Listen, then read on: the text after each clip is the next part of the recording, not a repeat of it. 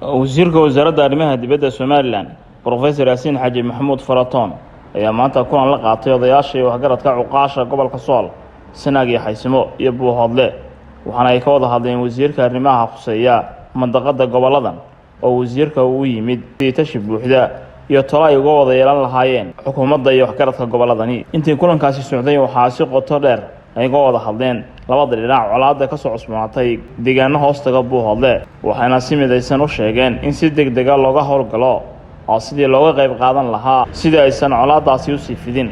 Sidoo kale waxaa kulankan la isla afgartay wada shaqeynta xukuumadda iyo waxgaradka mandaqadani inay ka midaysnaadaan markasta lana soo dhaweeyo mashaariicda horumarineed ee xukuumadda Somaliland ka fulisay deegaanka. Ugu dambeyn wasiirka ayaa u mahadnaqay odayaasha cuqaasha iyo waxgaradka ka soo qayb galay kulankaasi, waxaana uu ku dheeraaday muhiimadda ay leedahay adkeynta nabadgelyada iyo sidoo kale ka qayb qaadashada horumarka. Cabdiraxmaan Cali Ducaale, Sum News TV, Laascaanood.